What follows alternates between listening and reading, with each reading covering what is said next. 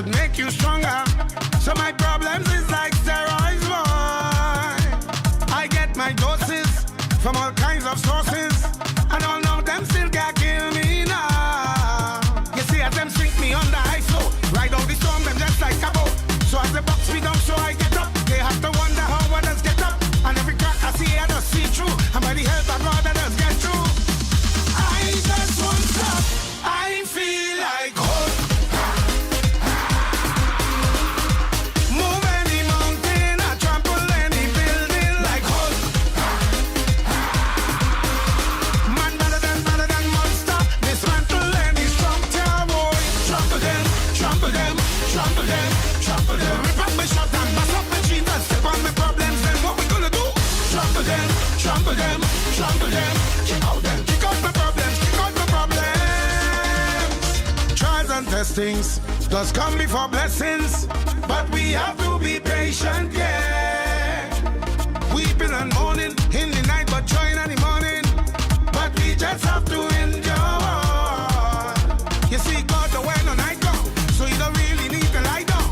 Them say what goes around comes right back around. I go wait until my time come. So from sun up straight to sunset, you could catch I bust in a sweat. I must climb out. I feel like hope.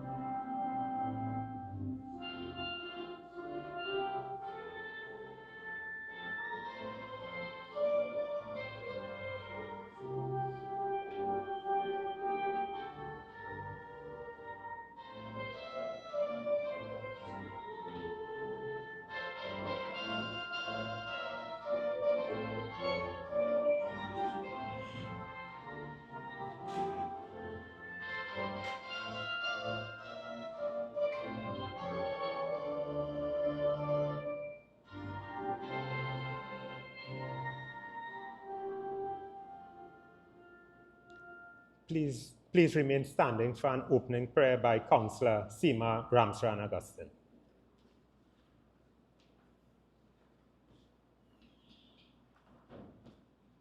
Please bow your heads. Please bow your heads and close your eyes.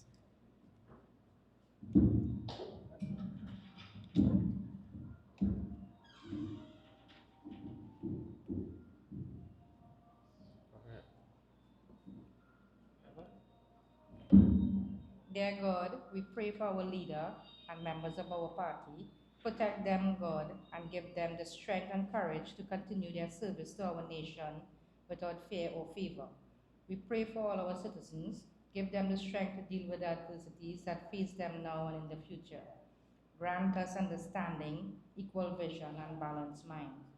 Give us along a path of faith, devotion, and wisdom. Help us to recognize that each of us is equal. Make us appreciate that though we may be different in talents, circumstances, intellect, and beauty, we are all equal in humanity. Thank you, Lord, for keeping your children free in our democratic state, where every creed and race find an equal place. Amen.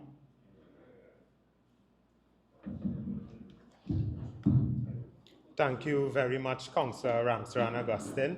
You all may take a seat.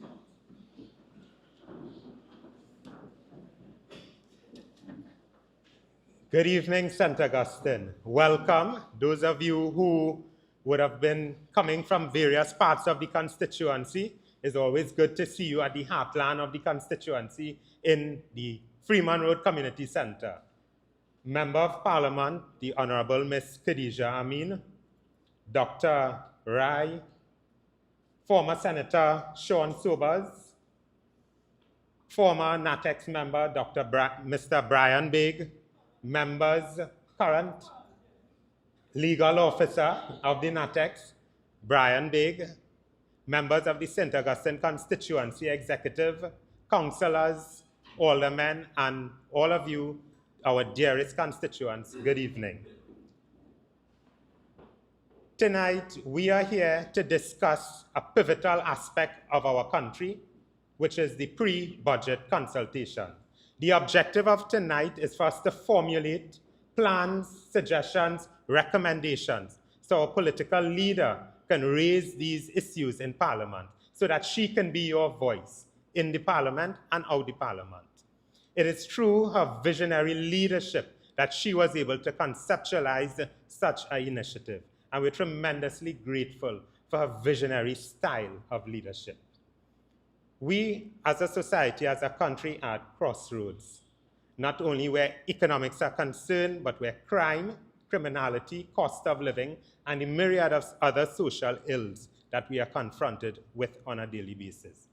So I'm truly pleased to be here, and I am very, very impressed thus far with the turnout. I know as the program matures, more persons is going to trickle in. So without further ado, we're going to get the show running.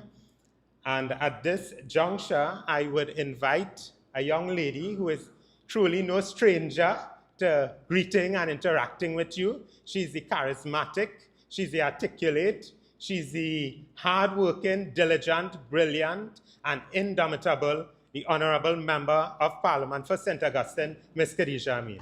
Let's welcome her. Thank you very much, Master of Ceremonies for this evening, Councillor Richard Rampasad. Let me also recognize councillors in the St. Augustine constituency who are present, Councillor Jalen Rupnarayan for Curragh Paget, Councillor Seema Ramsaran for Valsayn St. Joseph, and members of the St. Augustine Executive. To our presenters this evening, Dr. Sumisar Rai and Sean Sobers, and all of you constituents who are here. We are also streaming live. And this evening is an important exercise because as your member of Parliament, my role this evening is to listen. Everything you say will be recorded to become part of the opposition brief as we respond to the budget in Parliament. This allows you to have your voice directly heard in Parliament. And to me, this is a hallmark of the leadership of Kamala Persad-Bissessar in leading the way as a listener and a leader. And we have had these budget consultations for quite a number of years, and they have been successful. And I have heard on numerous occasions, in responding to the budget, the leader of opposition herself, using real-life examples given by citizens in these consultations. Here in St. Augustine, we have been affected by a myriad of issues, from agriculture to crime to environmental issues such as noise pollution. We have flooding. We have schools that have serious challenges, and a number of other issues, social issues in terms of social welfare and so on. And I think in this audience, I can see constituents whom I know have been advocates over the years in your area who have asked to speak today, and we have welcomed you to the open floor. So while we will have our two presenters who are experts in their own area, the key part of this evening's budget consultation is to hear from you, whether, as I say, it is flooding or culture. We want to hear from you. I also wish to recognize the members of the UNC National Executive who are present, our legal advisor to the National Executive, Mr. Brian Baig, our Tobago representative, Mr. Kenwin Phillip, who are present today as part of the National Executive and as part of the listening party. As your member of Parliament, I remain very committed to being a representative.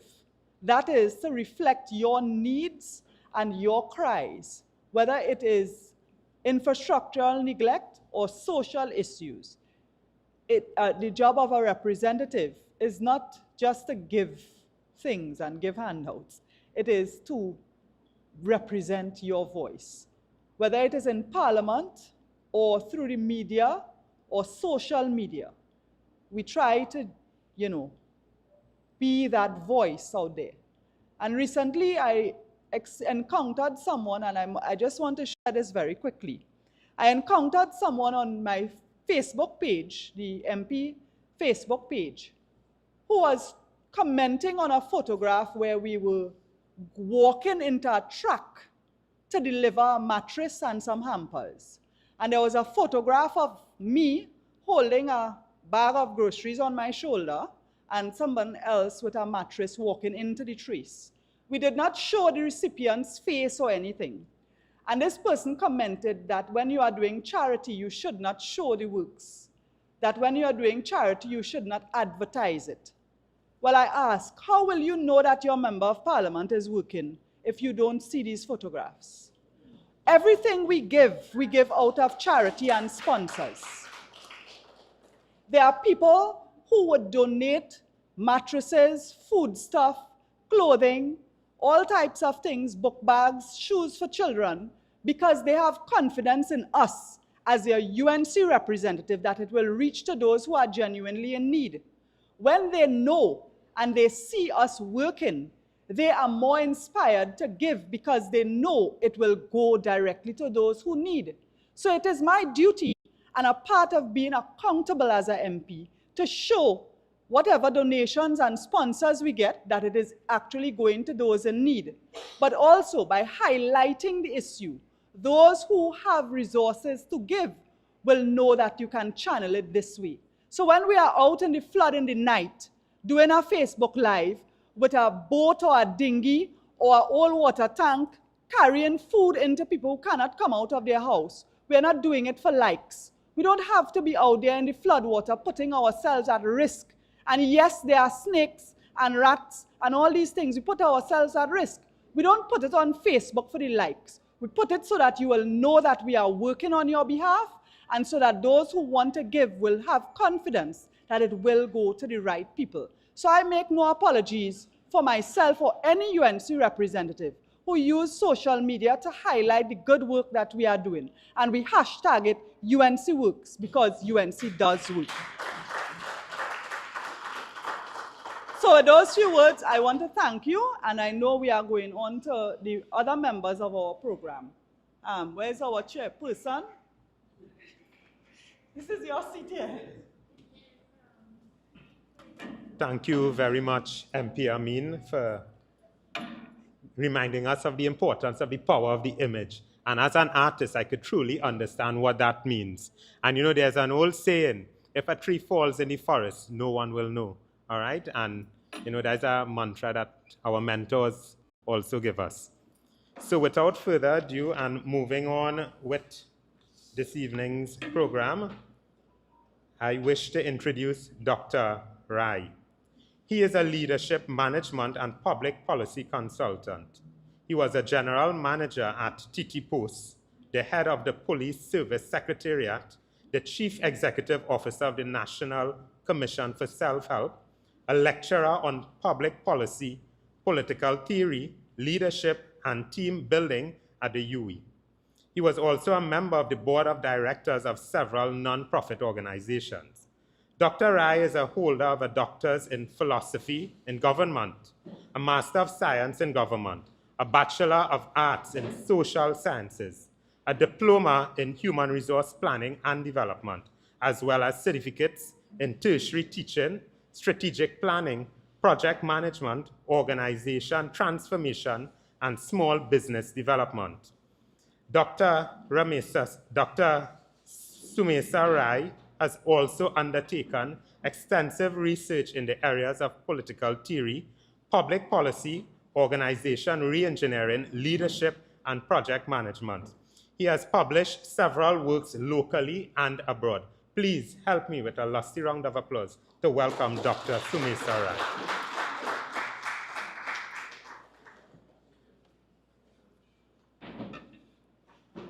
Assalamu alaikum, namaste, buenos dias for our guests from next door. Good night. Masters of Ceremony, Mr. Richard Rampersad, MP for St. Augustine, Ms. Khadija Amin, Mr. Sean Sobers, former Senator, councillors, members of NATEX and the Constituency Executive, honored guests, members of the floor, ladies and gentlemen, my topic, my deliverance to you is on good governance. All budgets of the government become policies for their government plans for the next year. In saying that, we need to take note that a society cannot progress or develop if there is an absence of good governance.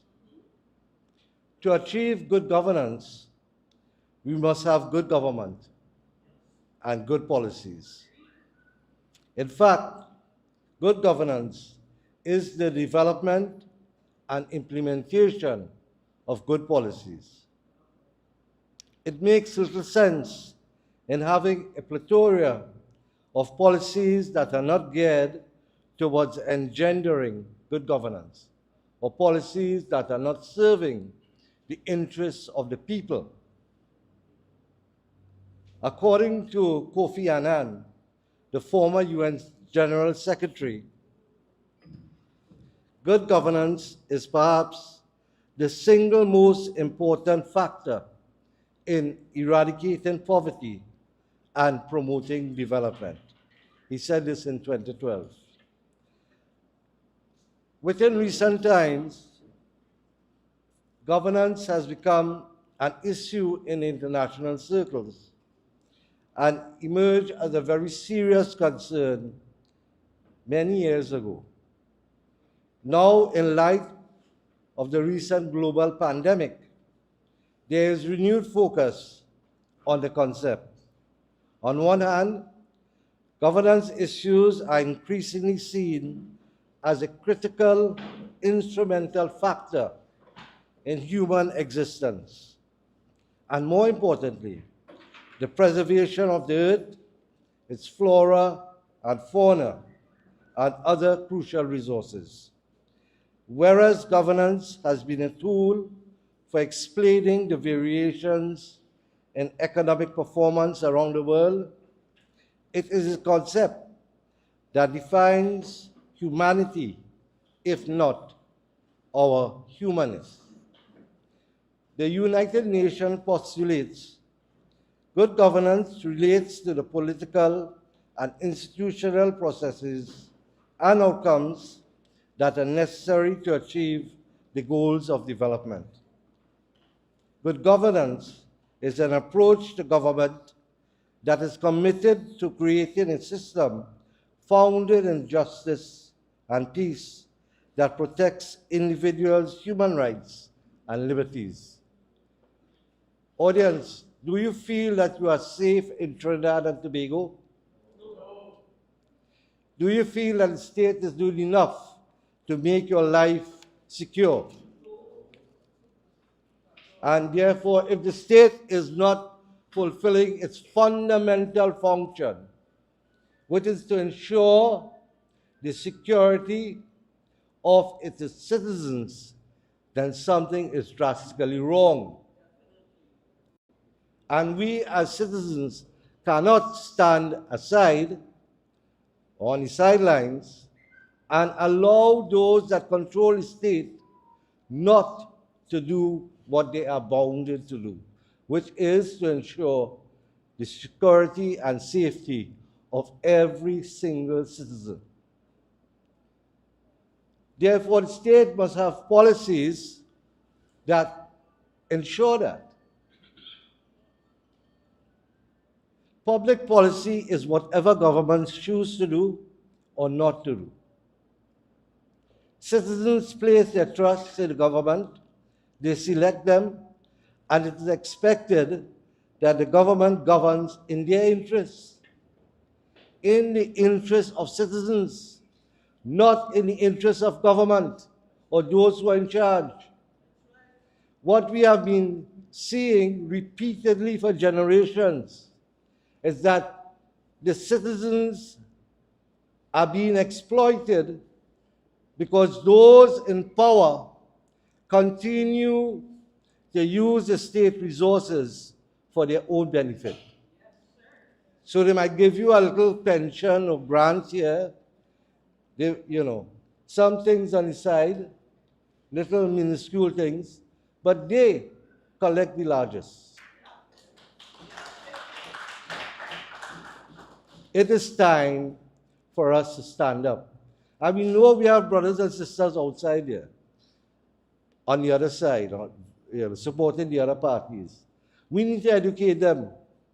We need to tell them this is not an Indo-Afro mixed thing. This is our thing.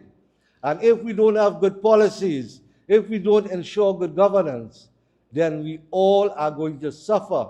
Our children are going to suffer because the state and the country will decline.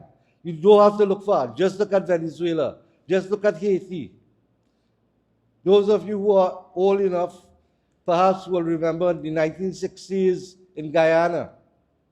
We don't want to reach that stage, but it seems that we're hostile to go there because of the bad policies of the state, of the government. When the PNM government came into power in 1956, there were 5-year plans. Then they abandoned that, moving towards annual budgets alone. In the mid-1980s, we had a medium-term plan under the NAR administration. Then under the Manning administration, we had Vision 2020, which was designed to achieving developed country status by 2020. We are nowhere close to that. We are still an underdeveloping or underdeveloped country with a lot of resources passing through the state. We should have been comparable to Singapore or to Mauritius or to even Rwanda, who just a few years ago went through a very harsh period of ethnic genocide. In this society, the safety of citizens and their property is not a priority. You know what's a priority? The image of what the PNM stands for. Nice buildings, great functions with extravagant expenditures, that nothing comes out from it. Remember that conference they had on, was it on crime? How much money they spent? What has come out of that? Absolutely nothing. All we are seeing is a wastage of the people's resources in the name of the government doing something. While the focus has been on spending and taxing the population by any means necessary to sustain government spending, which is more of a tactical approach, there is little or no focus on strategic thinking. That is not to say that the government does not know what has to be done. They do. You have a Vision 2030, and that is largely not in use. And what does Vision 2030 say? It says, excuse me, imagine in Trinidad and Tobago, where all citizens enjoy a high standard of living and have equal opportunity for self-actualization, where corruption is minimal, I repeat, or non-existent, and service standards are high, where people dispose of garbage in an environmentally responsible manner, simply because they see the value of nature and natural resources. Imagine further a future Trinidad and Tobago where citizens possess positive values, attitudes, and behaviors, such as the respect for life, productivity, and patriotism. Some would argue that we have a state, we don't have a nation. Where is the patriotism? What programs are in place to teach everyone, not just the young ones, what it is to be a Trinidadian? You know what they teach? Carnival and fete. That is their mantra. And that is the culture that we have been exposed to, and it has been perpetuated on us. Why? Because it's a police-spin culture. And everywhere else in the country have to follow suit. there is a total lack of rural development. And this government, who is in power for a number of years, have totally neglected the rural areas. Why? Because they fail to understand that if you do not develop the rural areas, then people are going to move into the urban areas and put pressure on the urban facilities and systems. That's a simple thing. And we have nothing really to show what they are doing to develop rural areas. I know the thing in Trinidad is that right next door to an urban area, you have a rural area, what we call a peri-urban area. And the peri-urban areas are in a worse state than some rural areas. Let's look at Laventille, Silots, Bitam, and Bakade. Right? Look at those areas. And those are hardcore PNM support areas. What have they done for their people? In that Vision 2030 document, they prescribed that the focus will be on putting people first, nurturing our greatest asset, delivering good governance and service excellence, improving productivity through quality infrastructure and transportation, building global competitive business, and placing the environment at the center of social and economic development. None, absolutely none of that has been done. And we're just about 6 years to 2030. So you fail to develop the country by 2020 to be developed. You are failing in your progress, if we could call it that, to develop the country by 2030. But then they're going to come back to you and say, we care for you. We're working in your interests. They're always working in their interests. It's a scam. It's a huge scam. It's a con on the population. And why? Because there are certain sectors in the population that are afraid to change. And those sectors, especially those that reside in the marginal constituencies, are forcing us to condone and bear with a regime that cannot govern. So let us look at these points that they put out. Putting people first. The government has never put people first. In fact, they are taxing people first. For instance, the property tax and all those road taxes that you are being caused to pay. The property tax is particularly draconian.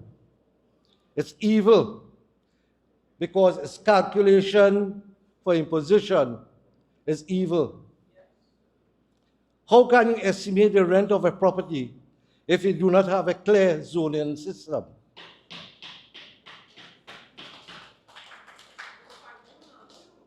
How can you tell a homeowner that you will rent your property for X amount? What metric or basis did you use to arrive at that amount? It's a sham, people. It's an attempt to just tax the population into poverty. And what do they do with that tax money? Waste it. $3 billion unaccounted for and more. Properties are being rented, paid for by you, the taxpayer, unoccupied. We have serious traffic jams starting in South, starting sometimes before Freeport flyover, coming up to work 7, 8 o'clock in the morning. Don't talk about the East. And now you're getting further problems with the flooding on the highways. How much energy, labor, time is wasted by the government failure to decentralize the operations out of Port of Spain. Delivering good governance. Service by the government remains poor. Citizens are not only fearful for their lives, but the state seems handicapped to ensure the safety of its people. In fact, we may have a bandit government who want to take people properties if they do not pay the bandit property tax.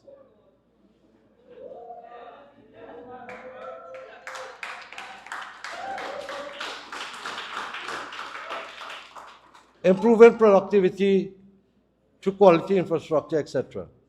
They wrote, developing a high-quality public utility system is integral to human and economic development.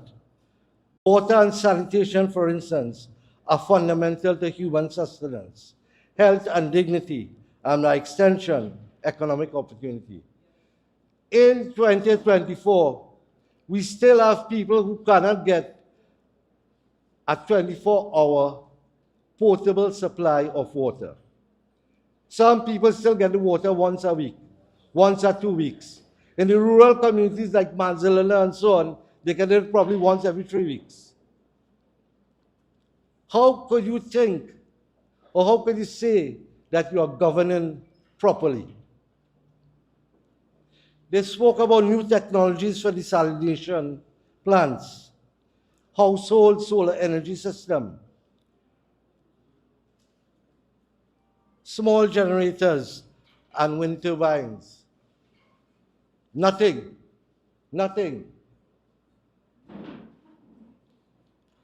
Building globally competitiveness.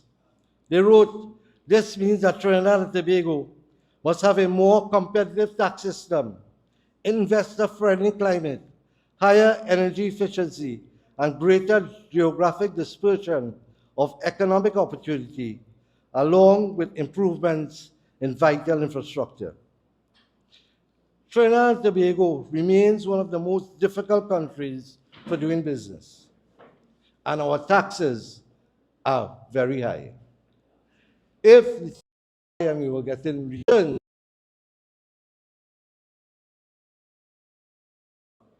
Denmark, we probably wouldn't have a problem. But you take in our money, you're taxing us to be poor, and then you waste it on frivolous things. Placing the environment at the center. They wrote, we'll create a culture that engenders an attitude of environmental consciousness, esteems conservation and preservation of our national assets.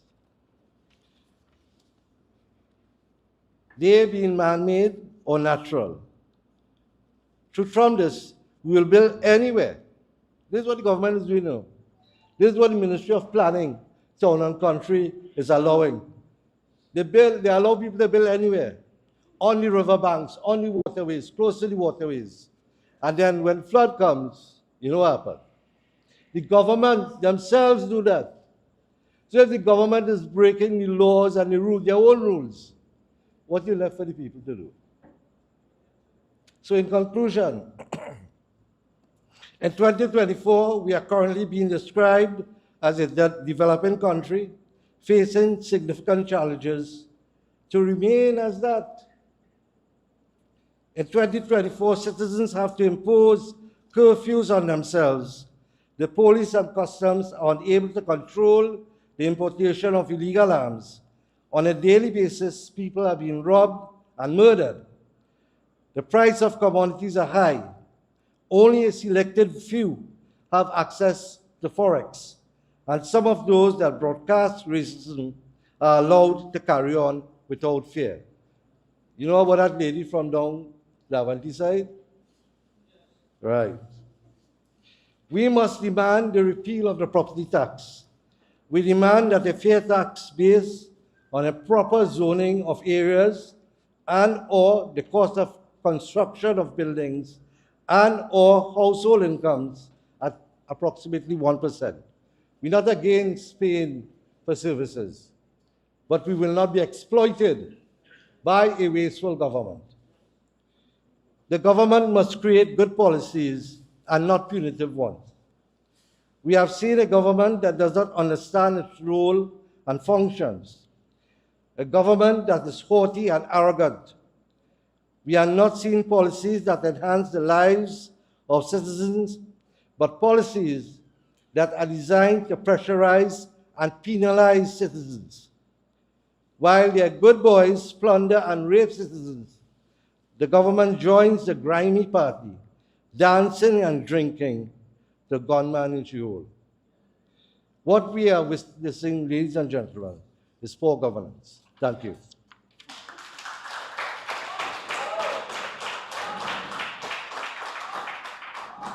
Thank you very much, Dr. Rai, for your insightful contribution on good governance. And we know that practice of good governance is truly lacking. You would have spoken and theorized good governance as the development of good policies. And we know this government is truly void of good policies. And their neglect, you mentioned their neglect for our rural areas. You expose the fallacies of the government, their draconian and their punitive taxes that they impose on the citizenry of this country. And I particularly enjoy your coinage of the phrase bandit property tax. And I really think it's a bandit property tax. And finally, their lack of respect for our natural resources. All right? Before I move on, I wish to acknowledge the General Secretary of our great party, Mr. Peter Kanai, in the audience. The next speaker in our program this evening is Mr. Sean Sobers. He is a former opposition senator, current research officer on the UNC's national executive, and a practicing attorney at law for over 1 decade. He has since made several contributions in Parliament, holding the government accountable whenever they attempt to bring rushed and poorly constructed pieces of legislation. Help me to welcome Mr. Sean Sobers, please.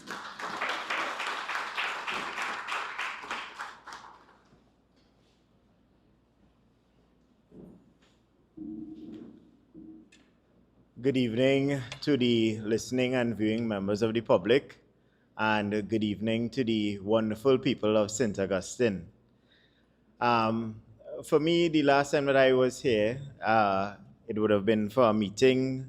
I think that would have been sometime back in 2019, wherein we had a pavement report, I think, at that juncture. I don't think Khadija would have been the MP, but it was a fantastic pavement report, and we actually had it outside of this venue. And since then, I obviously, just like everybody else within the country, would have taken note about a lot of the work that has been going on in this community and this constituency. And I want to congratulate your MP, because I personally see a lot of it on the social media as well too. And I think she's doing a fantastic job. Thank you, Dr. Rai. I mean, I listened to what you had to say, and I thought you touched on some very salient points. I think a lot of persons, especially in terms of what we've been getting from the feedback from the public, informing us in terms of this budget consultation, what would lead to the response by the opposition leader and members of the opposition in both houses of parliament, is essentially that all sectors of government within this country has broken down. There's not a single functioning ministry within this country where actual deliverables are being meted out to the stakeholders, the true stakeholders within Trinidad and Tobago, being you, the members of Trinidad and Tobago, the citizens of this country. And that is truly disheartening.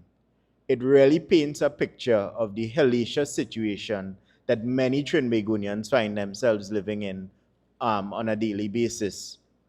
And although I am here and I'm going to really get into national security and crime and criminality within Trinidad and Tobago, it would really be remiss of me not to really touch on some aspects also as it pertains to the economy, and how the economy in and of itself in the shambles states that this administration has left it in is truly interwoven in terms of criminal activity within Trinidad and Tobago. Sometime last week, the Prime Minister, when he had his post-cabinet briefing, as he likes to call it, where he just rambles on and on and on and buff this one and buff that one, and the opposition is this and the opposition is that, and we are scaring away investment within Trinidad and Tobago. Trinidad and Tobago, you ask any businessman within this country, the first thing they'll tell you that they have a problem with, apart from crime, they'll tell you they have a problem to procure forex. I am aware, having spoken to your MP, that members of the business community within St. Augustine, you're also having a significant problem with taxing, that members of the criminal organizations and gangs are extorting businessmen within St. Augustine. And that is a problem that is pervasive within the country as a whole. But with respect to the issue of Forex, when you ask a lot of persons on the street whether or not they have an issue with Forex, some of them might tell you, well, no, I don't travel anywhere, so I don't require Forex. No, I don't have any business, so I don't require Forex. So I don't have a problem with foreign exchange. But what they don't understand, and I think it is important for us to tell the public, that every single thing in Trinidad and Tobago generally requires foreign exchange. I remember a couple years ago, we had several economists that came together to assist us with our budget presentation back then.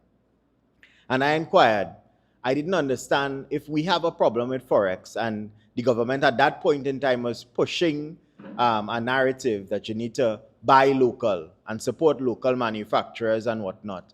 That when you go to the grocery, you see an item that you know to be foreign imported, and then you see an item that is supposed to be locally produced, but both of them have similar pricing. And I'm telling myself, if there's an issue with Forex, the foreign imported good should be much more expensive than the local item. And the local item should be much cheaper and much more affordable. And it was one of the economists who sat with us within that round robin table that we were having, that discussion that we were having, who told us, essentially in most instances, there's nothing actually truly manufactured in Trinidad and Tobago. A lot of the ingredients that go into the manufacturing products, manufacturing processes, the ingredients themselves are foreign imported goods. And so those businessmen who produce things locally, if their raw materials are being imported and they require Forex, that's why the end product that you'll see in the groceries will also be expensive, because they have to factor that cost in. So Forex problems within this country affects everyone, not only the business community. It affects you, the people of Trinidad and Tobago. Because when you go to the groceries, you go to the hardware, all of these items, when the prices go up, it is because businessmen are not getting the Forex that they have to get from the bank. So they have to buy it on the black market. And who you think they're passing that cost on to? And it's not because they're wicked, you know. Not everything in this country is because somebody wicked. It's because they have no choice but to do so. And that's why you, the members of this country, have to demand more from the government to do something about this Forex problem. And the issues related to Forex are also squarely related to our energy prices. The issue related to Forex is related to crime as well too. Scaring away investors, foreign investors in this country, is a problem that has to be bolted squarely to the chest of the PNM. The UNC don't have anything to do with that. We didn't go and tell X, Y, and Z foreign investor, don't bother to come here. When you're a foreign investor and you are looking at doing an investment, a multinational company or conglomerate, and you're considering doing an investment in another country, there are many things that you'd look at.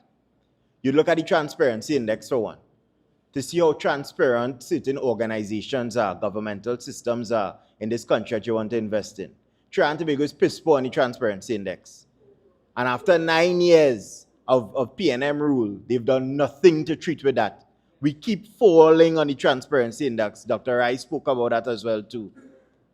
They will look at ease of doing business. If I have to go and open up a bank account, or if I have to go and organize my taxes, if I have to go and do reimbursements to countries abroad and whatnot, the availability of Forex, if I'm coming down there to do business, how am I going to get my money out to pay my shareholders who are in another country?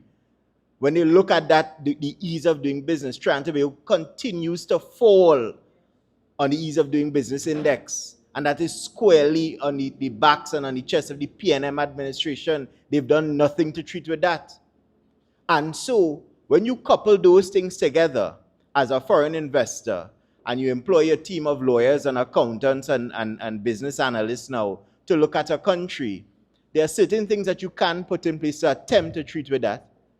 But then when you hear the person in the Prime Minister, no less, saying publicly that Trinidad and Tobago is a violent place, it's a violent society, what is a foreign investor supposed to take from that?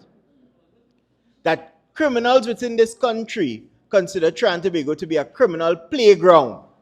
What is a foreign investor supposed to take from that? That violent crime and violence within Trinidad and Tobago is a public health epidemic. As a foreign investor, what are you supposed to take from that? So when they run away from Trinidad and Tobago, it has absolutely nothing to do with the UNC. It has nothing to do with the opposition, but it has everything to do with statements emanating from the mouth of the Prime Minister of this country, the head of the National Security Council, the PNM. That is not a UNC problem. We didn't create that, but we have the solutions to fix it. And I know that is why you are all here attending these meetings, because you are giving us some of the solutions. We are coming up with some of them on our own, because we have some bright people within the party, right? And when we get back into government, we will ensure that we fix that foreign exchange problem within this country and ensure that our economy becomes buoyant again and that we attract proper foreign investors to come here. Not no Jindal and X, Y, and Z who have marks against the name and question stands in other parts of the world. Proper people with proper money. So in terms of crime, we all are here at a reasonable hour. We would like to be back home at a reasonable hour as well, so I will not detain you more than I have to. But you have a situation within this country where we are already at 340-something, approximately 340-something murders for the year thus far. And we are quickly barreling towards surpassing 600 plus murders, making this year possibly the most murderous calendar year in the history of Trinidad and Tobago. So since Trinidad and Tobago was born, this year could be the most murderous year. We are already more murders than days in July. You all aware of that? We are already more murders than days in July. July was on its way, well on its way, to becoming the most murderous calendar month in the history of Trinidad and Tobago. These are the statistics under the PNM. That is the problem with crime and criminality within this country. You had a weekend from the 12th to the 15th where you had 18 murders within this country. 18 sons and daughters no longer there. 18 mothers and fathers gone. 18 brothers and sisters lost. Lives snuffed out. That is what took place within July in 2024. And in response to that, when persons looked to the Minister of National Security in his press conference sometime last week, he indicated to the public that he was proud of his work. And you have to ask yourself, what are you proud of? So many people losing their lives within this country. So many issues of crime and criminality. So many persons being robbed in home invasions, raped, killed in home invasions. A pensioner losing his life just yesterday, 77 years old, in a home invasion. You can't be proud of that. So many illegal immigrants coming in, so many drugs and guns flowing into our ports because our borders remain porous. No scanners on the ports, no mobile scanners. The scanners that the former commissioner of police would have organized to be on the highways and byways because he understood that the highways and byways were being utilized to transport these guns and drugs when they enter the borders of our country throughout the length and breadth of this country. No scanners operational. And that is what you are proud of? And when everybody and the mother vexed about that statement, the one person, as I said on Sunday, who would normally be in the corner of the Minister of National Security, which is in the form of the Prime Minister, because he always like to defend Hines. No matter what Hines we defend Hines. He had to come out of the post-cabinet press conference and say, well, here what's going on, I think we need to assist Minister Hines a little bit. You now think about that. 9 years into your administration, approximately 5,000 plus persons killed in that 9 years. And you now realize that the Minister of National Security requires assistance. It has now become a revelation to you that you're operating a cabinet with less ministers than the previous administration. It didn't dawn on you back then that they would have had problems if you were operating like that. It took 5,000 people being killed for you to realize that you're doing something wrong. That is insufficient. It is inept. It is ridiculous. And we call upon you, the citizens of this country, in the comments that you're making to us here tonight, to reject that type of governance out of hand. And so now, you introduce Senior Counsel Scotland to go there and help the man out. All right, so you split the ministry. That's the plan. The plan is to split the ministry. So you have 2 ministers now. One with some responsibilities for the TTPS and money laundering and drug trafficking and whatnot, and the next minister doing something else. And I said to myself when I heard that, that sounds familiar. Somebody I know, a brilliant woman, an astute woman, said the same thing 9 years ago. And she is senior counsel too. Long before them fellas' time, she beaten up case up and down the Caribbean. And that would have come from Mrs. Prasad Bisessa. She recognized that the Ministry of National Security is a burdensome ministry. And it would require more than one head. It requires the ministry to be split.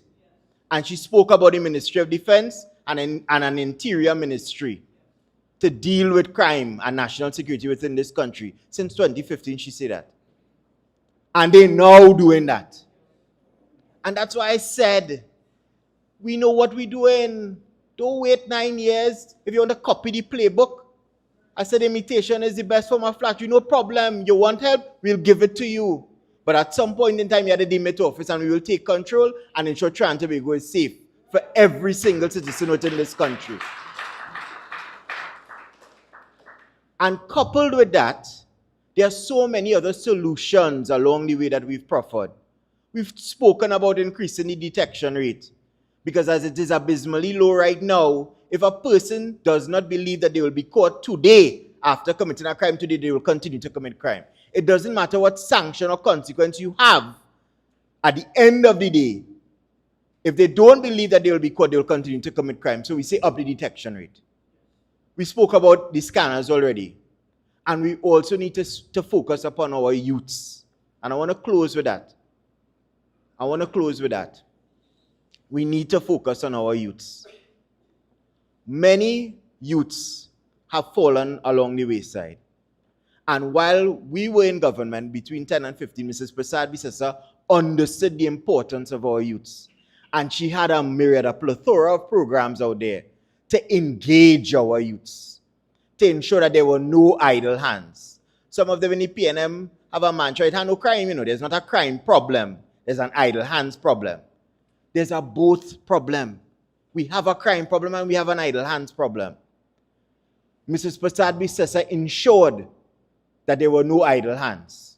That you had MP Lee, who was head of MIC and whatnot back then, and NESC back then. He ensured that all persons in the most vulnerable situations were engaged in some type of activity. You received a stipend to come to school. They took care of your traveling so you didn't have to pay for that. And you had money if it is you were a child who unfortunately was minding your relatives. You had money to take care of them. That's what we need now. They shut down all of those centers and all of those programs. And now they're reinventing the same wheel that we spoke about since 2015. And we had a running between 2010 and 15 that they shut down. They're doing it under Minister Cummings and they. But this is our playbook. We know about that. We know how to fix this country. And we need to get our youths actively involved in something. And so I call upon you, all persons who may be listening and viewing, who are engaged in some pre-budget consultation in another part of the country in Couva South, and all persons who will come to pre-budget consultations in the future, come and give us the information that you are coming up, the solutions that you are coming up on your own. Let us marry them together, amalgamate them, and truly bring about change in this country, change that is required. Because without that type of inertia, without that type of change, and you give the PNM another 5 years, there will be no Trinidad and Tobago to turn to. Thank you very much, everyone. for your attention.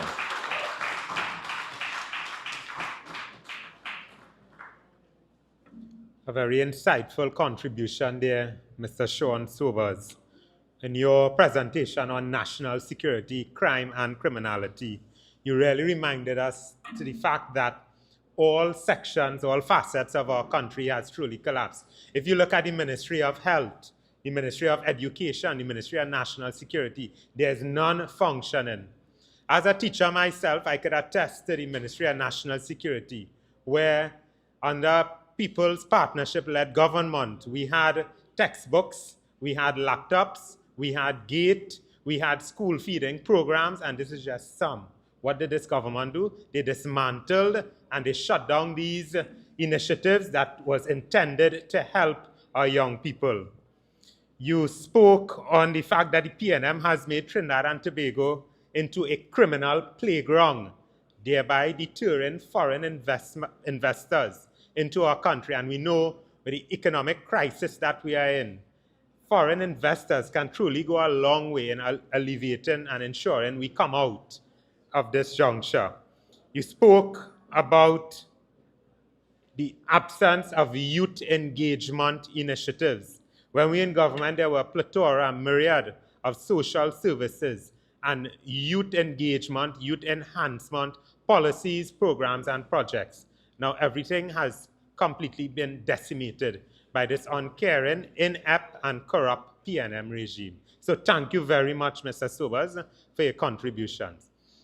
At this juncture in our program, I would like to put members of the audience on standby. Those of you who would like to participate in the open forum by positing your questions, comments, suggestions, recommendations. We have our note takers at the side who will be recording your contributions. So these items would be carefully documented and it would be noted to be presented to the Honorable Leader in her budget presentation. So at this point, I call on our Member of Parliament to take over on this aspect of the program. Thank you.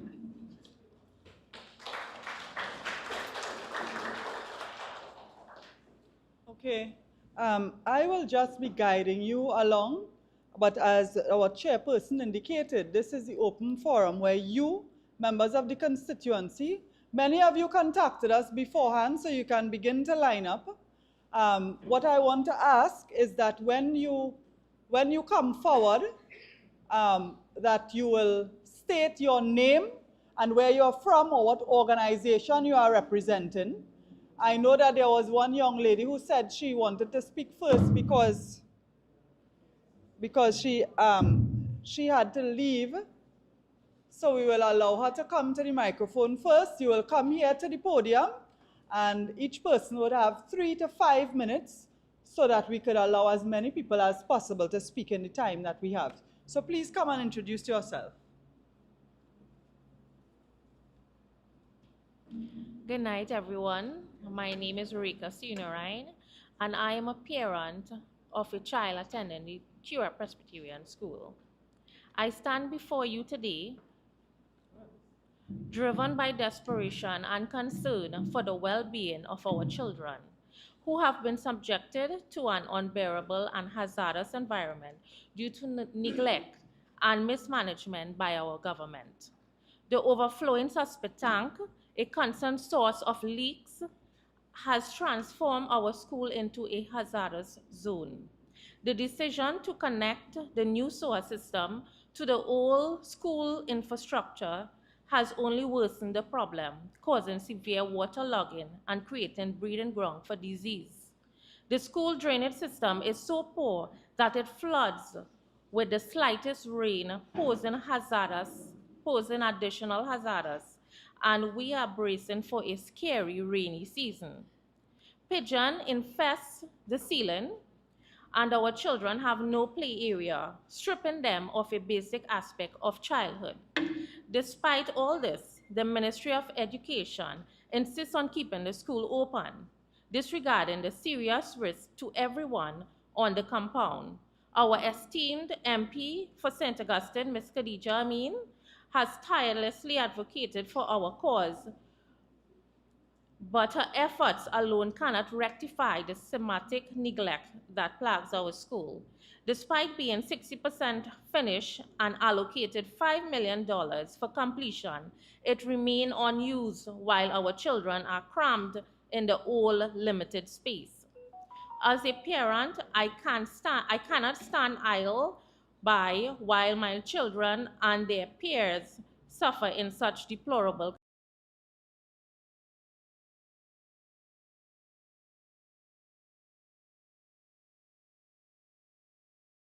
environment. We need immediate action to complete the new school and address the sewage crisis. The Ministry of Education must prioritize our children's health and safety by issuing a contract for urgent school repairs and providing the necessary resources to make our school a safe place for learning. Our children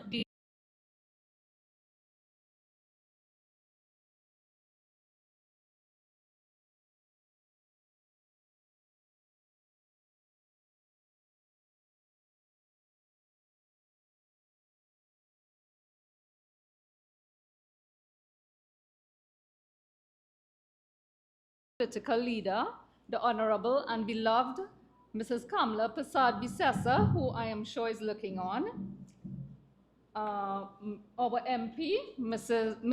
Khadija Amin, Mr. Sean Sobers, Research Officer, Mr. Brian Bigg, Legal Officer, councillors, fellow constituency executive members, and citizens of the education city of St. Augustine, the St. Augustine constituency. Right, a special good evening to everyone. My short contribution is entitled Useless. I cast no aspersions. What's this? Who could tell me? Anyone? Yes? US? This here are old useless notes, right? Old useless notes. Besides that, it is a symbol of the current government's failure in capital letters. I have in my possession here about $10,000, and it was earned through hard work from a small apartment renter.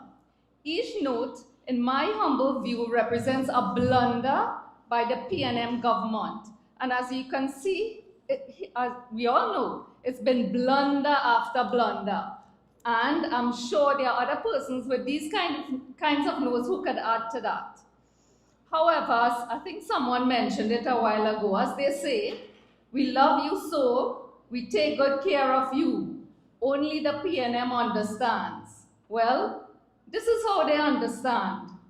They autocratically shut down the borders during COVID and simultaneously initiated and closed a currency conversion process without accommodating citizens who may have missed the deadline because they would have been away, right, due to the COVID pandemic.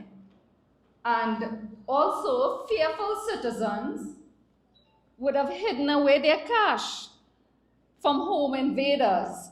So some people actually forgot where they hid it, and they found it afterwards when doing general cleaning. Is there anyone who experienced that, who has old notes? Could you show by hands?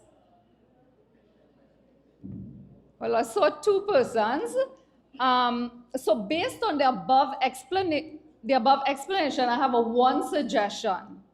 A call to action for the Minister of Finance to allocate some funds in budget 2025 so that struggling, law-abiding, and tax-paying citizens can feel a sense of fairness and justice in terms of how they are treated. Therefore, Mr. Finance Minister, we, the ordinary citizens, are asking that you invite persons with old notes to apply. So you can apply if you have old notes, and if they're interested in converting this currency because it is legally theirs and was once legally tender. We know that it is now no more because of these notes. the new notes, yes? So further, may I humbly suggest that the option of donating 50% of the quantum of money to a charity of their choice. So I have here, as I indicated previously, $10,000 in old notes. So what I'm saying is that I would be prepared to donate 50% of this $10,000, and I would say that's a win-win situation. Won't you agree? I hope the finance minister is listening and that he can do such. So over to you, Mr. Finance Minister. We need to have workable solutions for all of the problems that face us in Trinidad and Tobago. And we know that there are many. Okay, so I will close off on this note. I just wanted to show you a product, I forgot it on that side. But it's called Immortal Beauty. And that product was made in Trinidad and Tobago. And all I am saying now, in 2007, I actually attended a program at the University of Trinidad and Tobago called IIEM, Industrial Innovation, Entrepreneurship and Management.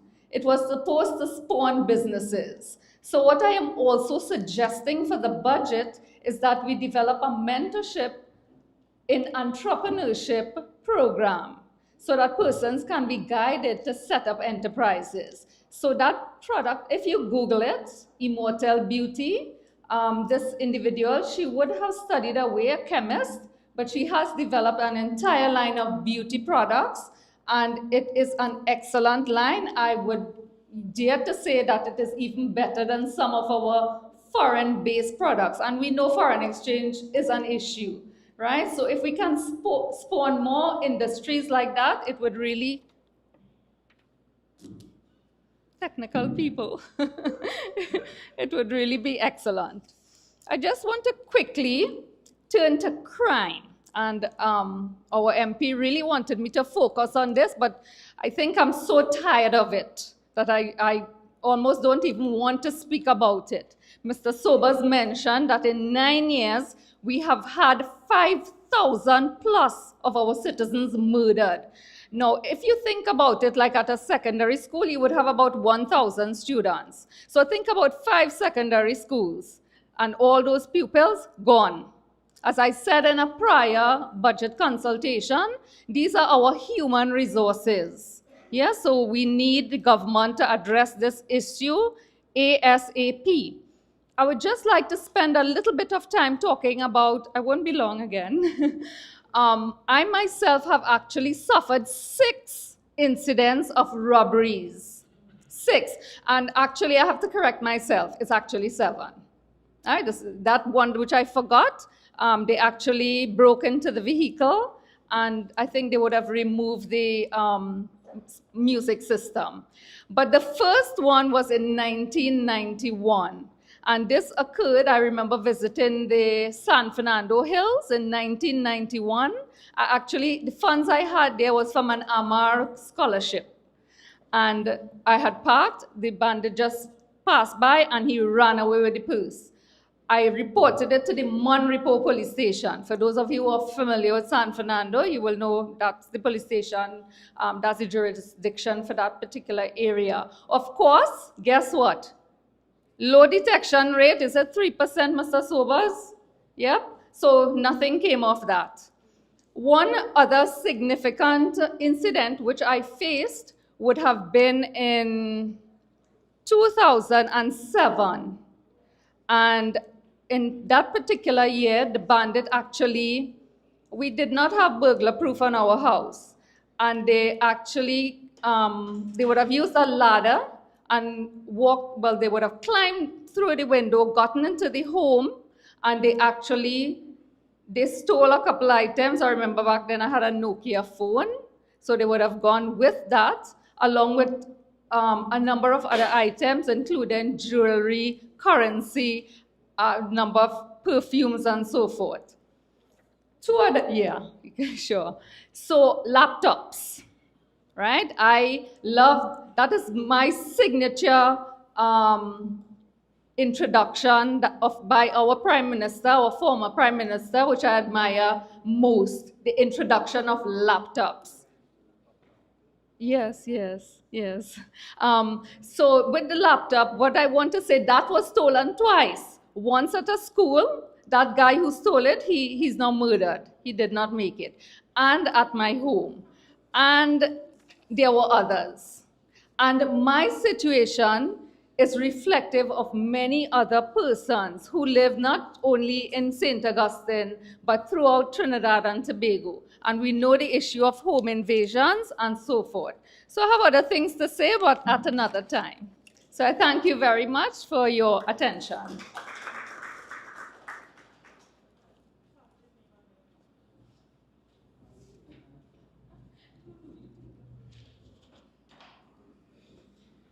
Good night. All protocols observed to the head table and to the members of St. Augustine Constituency, Aruka, and wherever you're from. My topic of discourse tonight was based on culture. Ricardo Beatty, a former UNC candidate from Makoya Trinity, 2019. Right, as I said, I came here to speak about culture, carnival, steel band, everything, anything culture, tasarama, chutney, anything. But I just want to start by addressing something Dr. Rai said about the teach we carnival, you know, and how to wine and jump. But they didn't teach us that. That's a creative aspect of the people. They did not teach us that. That was just one part of an industry that is evolving in terms of music, which tassa and chutney is a part. But pan and calypso and soca has evolved into a big international industry where soca artists could go, where there's carnival in different parts of the world throughout the year, where our soca artists and our steel band practitioners participate. So they didn't teach us that. That was a creative part of the people. Like Bunji Garland said, it came from the heart of the people. So I just want to quote the Minister of Tourism and Culture, Dr. Randall Mitchell, right? In a newspaper article in 2019, he said that during the 2019 Carnival season, this country welcomed 35,560 visitors during a 19-day period prior to Carnival Monday. The average visitor expenditure was estimated to be $9,180.65 for an average stay of 14 days, approximately $10,000 a day per 35,000. According to the CSO bi-monthly survey of departing visitors, Carnival visitor spending this year amounted to approximately $400 million in 14 days. From the visitors surveyed over the 10 days following Carnival Tuesday, the minister said.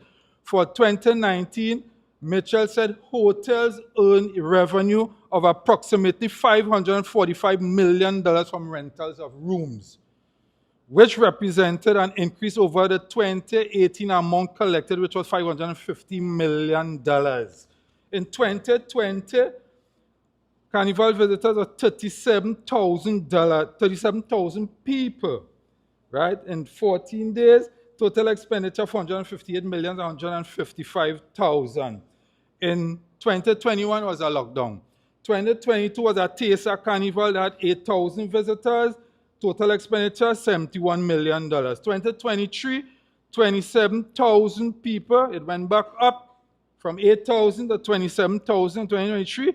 Total expenditure, $419 million in 14 days. Right? 2024 was 28,000 visitors in this country between January to February.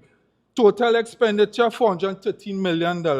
So, right, I will continue to say, it should be noted that these figures is only representation of visitor expenditure and not necessarily total contribution of Carnival to the GDP of Trinidad and Tobago. So with this kind of occupancy rates and revenue streams, I think we need bigger venues and more accommodation.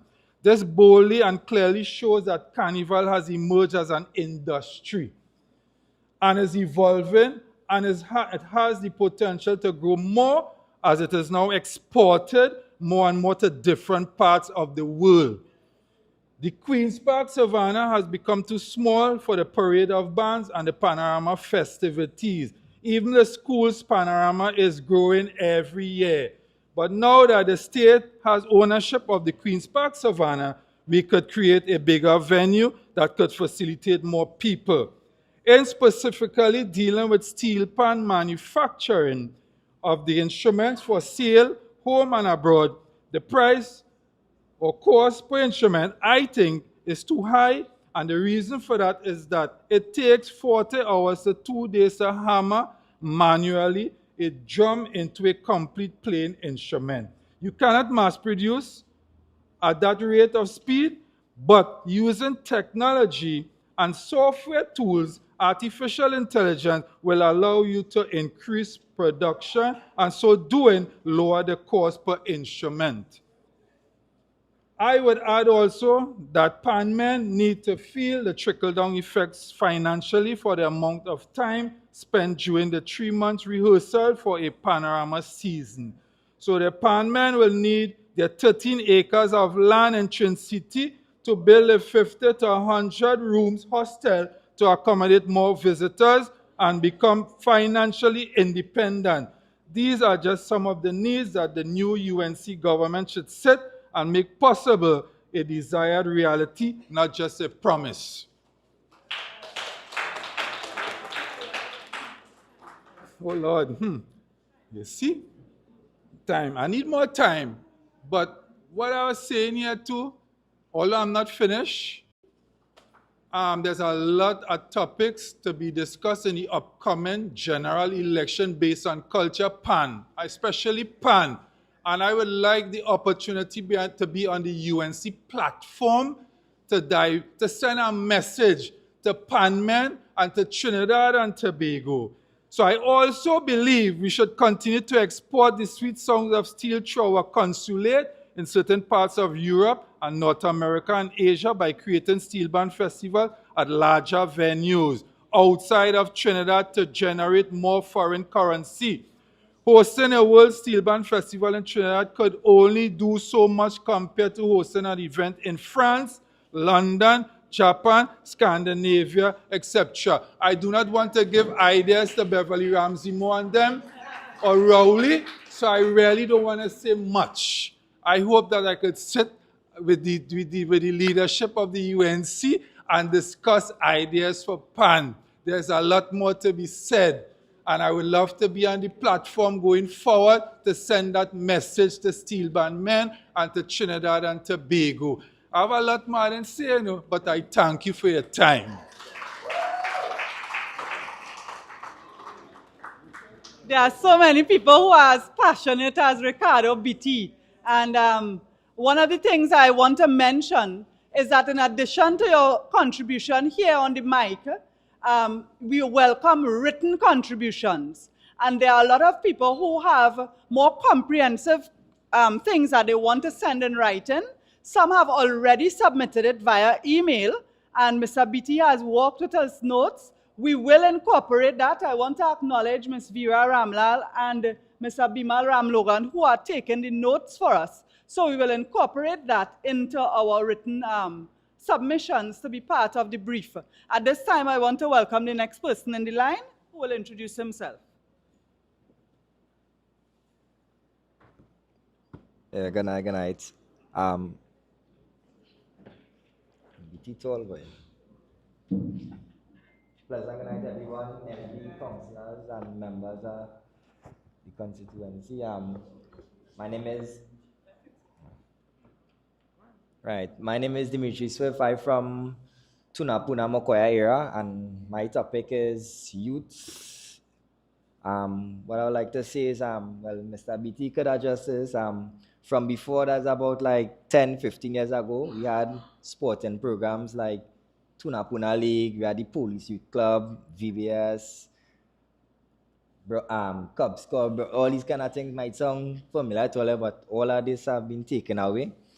We no longer asking, we begging that we get more youth activities.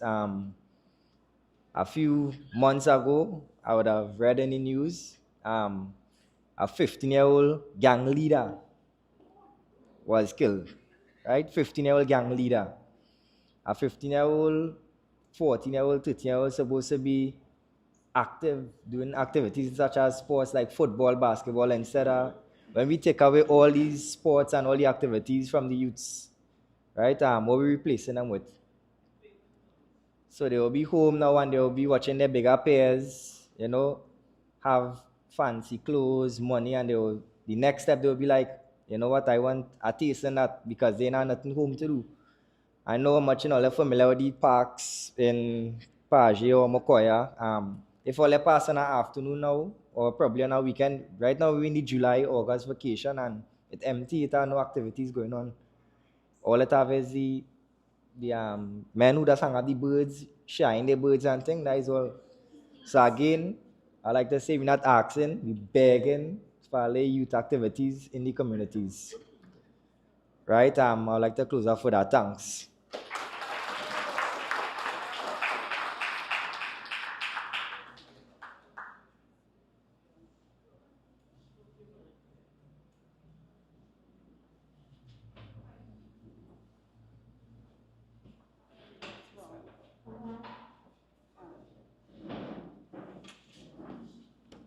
Okay, I'd like to say Sitaram and good evening to all of you. My name is Kamalwati Ramsabik. People here know me as Mrs. Ramsabik. And I heard a rhyme this evening. My maiden name was Ramsagar Mahabir Rai. And I'm originally from Guyana. I've been living here. My son is now 50 years old, so I've lived most of my life here. George Ramsabik, Justice George Ramsabik, I met him in university in Canada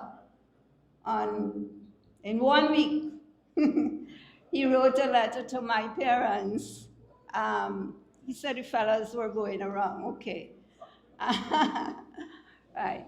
So I'm happy here. This is my home because as you all know, somebody mentioned the 60s. Yes, I was there. That is when I left for Canada to study, to finish my education.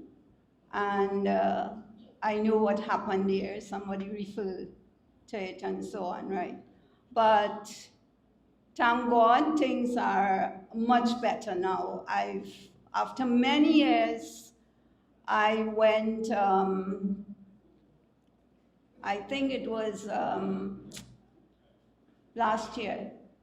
I went for a couple of weeks. Nobody's there for me, but my brother went from New York, and I went and spent some time, and I was really, those of you who are Guyanese, I was really, really amazed at the development in Guyana, as you all know. Even Venezuela is trying to take what they have, right? All right. So I'm going to go to, so as a teacher, I use a lot of drama in my classroom. I taught up to A level in this country, in Sando Sec, my first job, and Tunapuna Sec, Swaha A level college.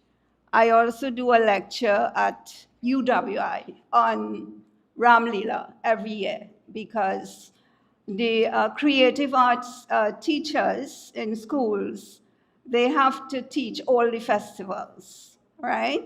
So I usually do that. Sometimes they pay me something and sometimes I don't go for the money. I just like doing it. It's something I did at university level. Actually, it was my best mark, performance and literature and English, etc. I also did economics and social sciences at UG, where I had started, but I didn't finish there. and I switched to something else. I was really mainly a business teacher for a while, and then English and literature teacher. I was asked to speak about myself. I wish somebody else could have spoken. Okay. I just want to read this, and then I'll tell you a little bit about Ram Leela in Trinidad and the National Ram Leela Council, what we're doing, and so on, okay? But I'm going to read this. This piece is from a young man who is in charge of one of the oldest Ram Leela groups. And I will tell you how old the groups are and how many groups there are. And it's 3 minutes, okay. All right. So this is Alvin Salton, right? He works at Petrotrin. We have many young people too. You have me being in charge. Somebody else is in charge now. So he says Ram Leela is recognized by UNESCO as an intangible cultural heritage of humanity. In Trinidad, it dates well over 140 years. So Dow Village, I did this magazine in 2007, and I had to do some research. And they're the oldest group, and then the second oldest is the guy, this group, Cedar Hill, right? A very old groups, they're still in existence. So how the Ram Leela is done, as you all know, they showcase local amateur talent on the open field or stage. Now, if you do it on the open field, it is still a stage. But I think some of us, stage means just like here, but a stage is a stage where you do a performance, whether it's on the field or it's a built-up area, okay? So you have two types. You have the Swaha groups, where I belong. The Ram Leela is done on stage differently. I don't know how many of you have seen the one on stage. We had aired it on television, etc., right? So it's dialogue where we teach the children to learn their lines. They must have, recommendations. All right. So, okay. So I'll talk about recommendations now that our beautiful, talented minister, MP, will take to Parliament. What we are asking for is 35 groups of vibrant Ram Leela groups. We are asking 200,000 for the field Ram Leela. They do Ram Leela for about 12 days, as you all know, throughout Trinidad and Tobago. It's well done. It's very professional. People come from all over the world to look at Trinidad Ram Leela, okay? Derek Walcott wrote about Ram Leela too in Trinidad, and it went universal. And then there is stage Ram Leela that is done either in a yard or in a temple. And we're asking for those stage Ram Leelas, about 10 groups for 100,000, okay? Now, in addition to what we're asking the government, there are the community will subscribe to the Ram Leela, even if it's $1 or $5, because it's part of them. They do give, right? In fact, I think the communities have sustained the Ram Leela. And sometimes you have businesses, but we are asking the government. It's the second largest festival in this country where you have 200,000 people look at Ram Leela every year. And we have people from abroad also come to see Ram Leela. And therefore, the council is asking for more recognition, more recognition.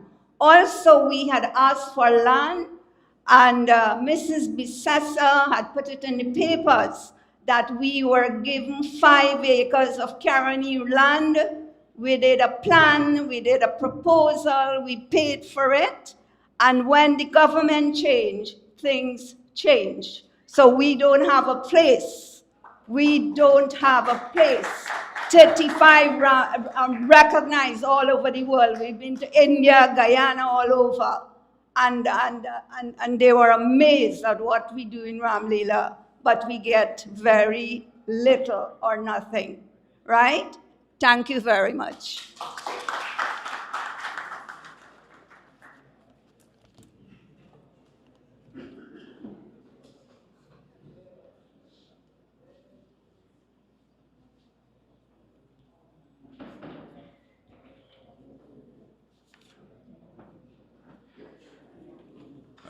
Good evening, everyone. All protocols observed. My name is Kenneth Siwalia.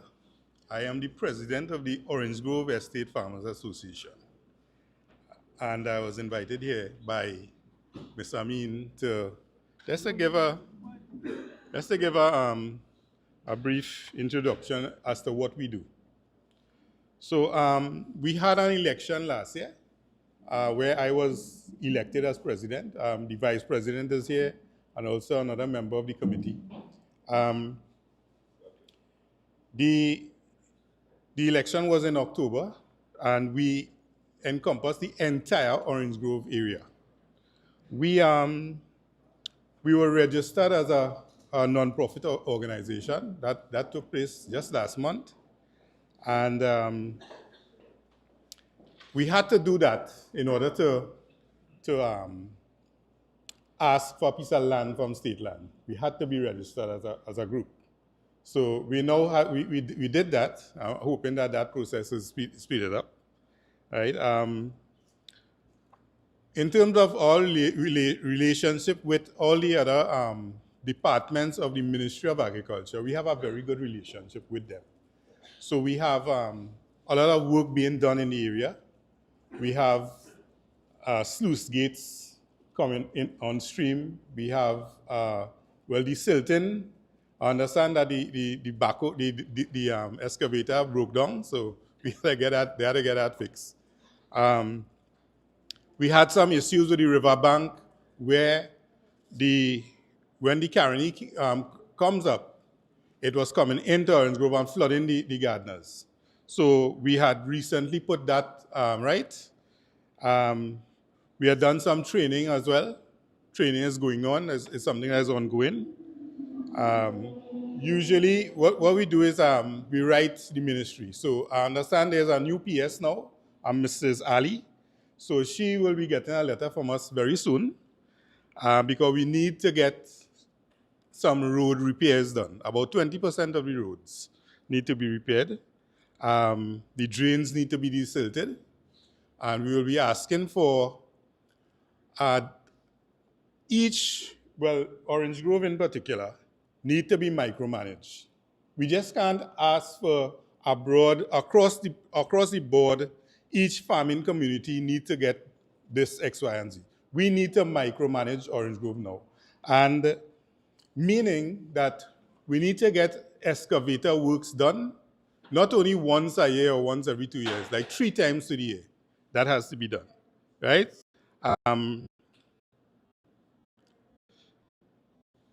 Recently, some of you all I know got one. It's a bill for the property tax, right? I get that, right? But you all know we have to pay property tax for gardening land as well, right? Your garden, we have to pay property tax for that. And then recently, WASA came in. You know, WASA will go and pick up people's pump and so on. So we have to be careful of that as well. So WASA, we have a meeting with WASA coming up this month, coming here, to deal with that. But one of the things that I want to recommend is that we have an incentive plan, farmers incentive plan, right? Where if you buy equipment or if you buy chemicals and so on, you could carry in your bill to Farm Road, they will process it, and there's a percentage of that you will get back. So if you buy a piece of equipment, you get 50% back. So what we are hoping for and asking for is that property tax for farmers and for gardeners and farming land be put on the incentive plan. The WASA bill that you pay, that will be put on the incentive plan. So at least you will get back something. Because farmers are really struggling right now. Really, really struggling. And the incentives, the incentive checks that you're supposed to get back, we do, sometimes it's 2 and 3 years we have to wait for it. And we're asking that be given back in a timely manner, right? Also, unregistered farmers. There are a lot of unregistered farmers in Orange Grove, and maybe in other areas as well, but I'm talking about Orange Grove. So we are saying that through our registered group now, we recognize the unregistered farmers, and we incorporate them, we bring them on board, and we get them to contribute to the incentive plan. So at least they will get back something, right? Apart from that, we have been doing well so far. It's just that we have to have patience when you're waiting on government, because money going into different ministries and different departments, you just have to wait on that to get things done. So that's my contribution for this evening. I hope that I had enough here. I only had a few hours to prepare. So I was invited this evening. So thank you very much.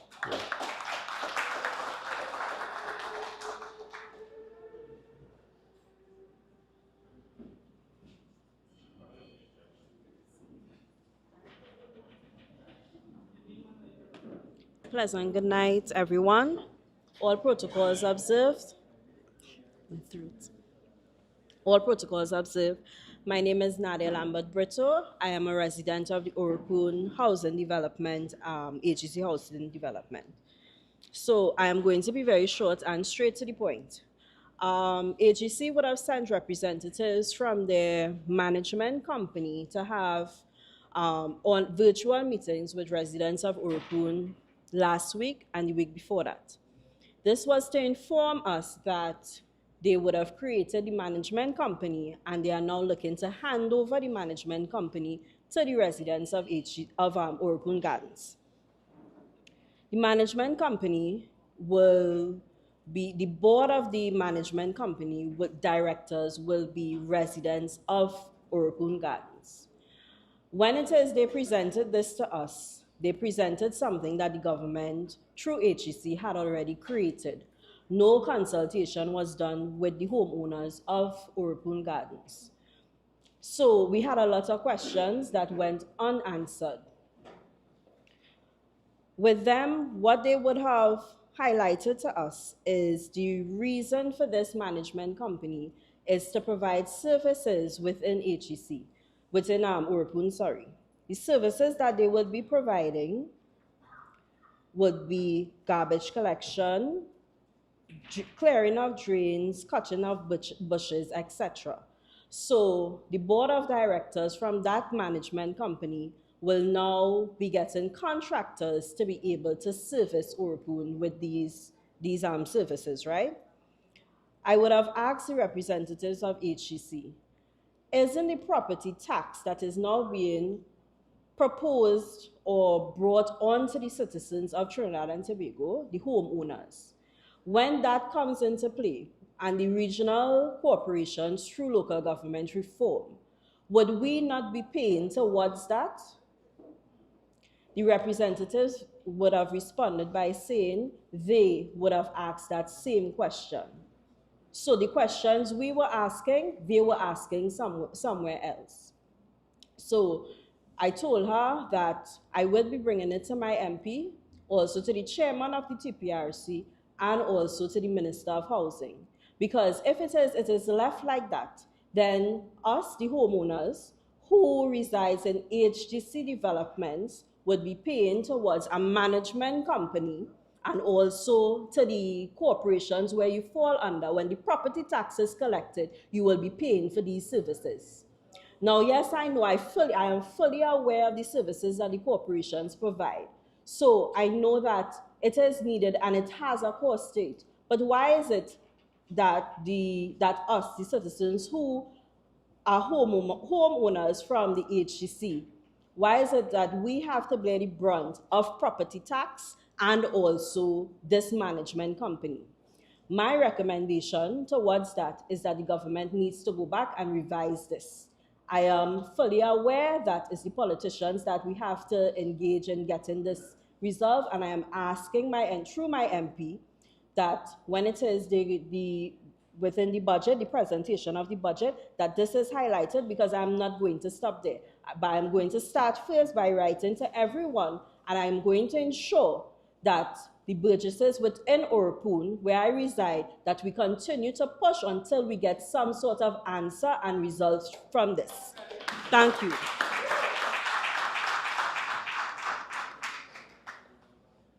Thank you very much, Nadia. Very quickly, PCW 446, you're blocking someone. If you could just go and move your vehicle right away. And secondly, because we are running out of time and I want everyone who wants to make a contribution to do so, I'm asking everyone to stick to the 3 minutes, please. I don't want anybody to get left out today. So I ask the next speaker to come up quickly.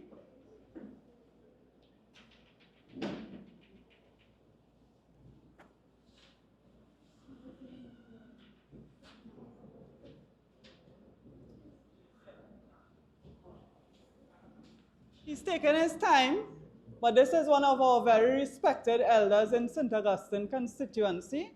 So, good evening, ladies and gentlemen, Member of Parliament, honored guests. Good night. My name is David Maharaj. I'm from the great village of Kale, which now they call Paji Extension, and so on. So, here's the thing. I'm going to take a second. I was in Florida, and I went there for a month, and about a week later, I got this call from Laurel, the parliamentary secretary. She said, we need for you to come down, and we have this big forum. So I'm thinking, boy, the member of parliament calling me, I must be really important. So I changed my flight, jump on a plane, but I don't even know what she want to do with me. So when I said, but why does she want me to come down here? And so I came down here and I said, Khadija, how long? She did me like this. So here what? 3 hours is not enough. All right, so I want to share this with you because I am from the village of Kale. I was probably and the reason was, she probably asked me, was maybe because I'm one of the oldest residents of that village. I was born in 1951, long before some of you. My parents were born on that land. My grandparents live in that land, who were the original immigrants of the country, living in Kale when there were about 13 houses. It was lowland, planting rice, planting sugarcane, and the floods from Paji and the upper lands was a killer for us. It was terrible. But for years, since 1941, I have receipts now. I'm looking at it. 1941, we were paying receipts and paying taxes for this land. 47, all the way up to 1951, the year I was born, I have receipts. That we've been living in that land under the British rule. Well, eventually the British left. By the way, we were paying rent to through Mr. Paget, a gentleman by the name of Rahas and so forth. But anyway, when the government, Bade Sagan Maharaj took that whole area there were still only about 12 or 13 houses. And he decided he's going to form the Sanatan Dharma Mahasabha party. and which, when the people of the village didn't support him, because at the time they were supporting the DLP, he made a promise that the people of Cali would eat dirt. So he graded the entire area, the whole square mile from the river to Macoya, and run trucks for nearly a whole year, especially in the crop season, and we did eat dirt. It was the worst torture anybody could endure during that time. No one was safe. I want to say this though. Later on, when the government took the land, didn't help us. They promised to give us the land, then they started UE, and they said because they're going to take the land away from us and give it to UE. The problem was they were going to find a place for the people in the village. They didn't do that. People couldn't build a house. You couldn't put an extension. You couldn't even put a kitchen. They would have somebody driving around on a motorcycle and reporting it, and next day they come with the police and they break down your house. As a matter of fact, a citizen of Cali died the day after her house was broken down. And that's the kind of pain we went through in that village. So for years and years and years, we've been promised that we would be given that land. Now it's been more than 100 years. Other people are getting their land and their letter of comfort and all that. We're not comfortable yet. Here is the problem. We're still fighting. And I know it's been promised, and we're still waiting for that promise to happen. And I'm at this point asking directly to the Prime Minister or the Minister of Lands and Settlement and the future Prime Minister of the country, hopefully Kamala Prasad Bisesa. Please take the heed and the cries of the people of Cali, because they're still crying for their land. I want to tell you this. Cali was the food basket of the entire Paje area. People from Paje would come down from El Dorado and from some Sawa and all the other areas, but work the land and provide food and provide work and employment for so many people. To this day, the farmers are still planting the land. They're still working hard. Even under the pressure of bad weather, predial larceny, poisoning of the farmers because of the chemicals they have to use, and with all of that, many of them, I have friends right now who have lost thousands and thousands of dollars. They can't even get ahead. And we still, here's what, they're still here. I'm looking at their faces. They're still here. You know why they're here this evening? Hopefully they will get some hope that someday we will have this piece of land. They could go to the government, to the bank, and ask for a loan. We can't even do that right now. If you go to the bank and ask for $1, they wouldn't give it to you. You don't have the land. You have nothing. We have always been begging. We've always been begging for what is rightfully ours. We were there in that land during the British, before the Trinidad and Tobago government. We were there before that. And now that they're in power, we are saying we need our land. Okay? And I want... Thank you.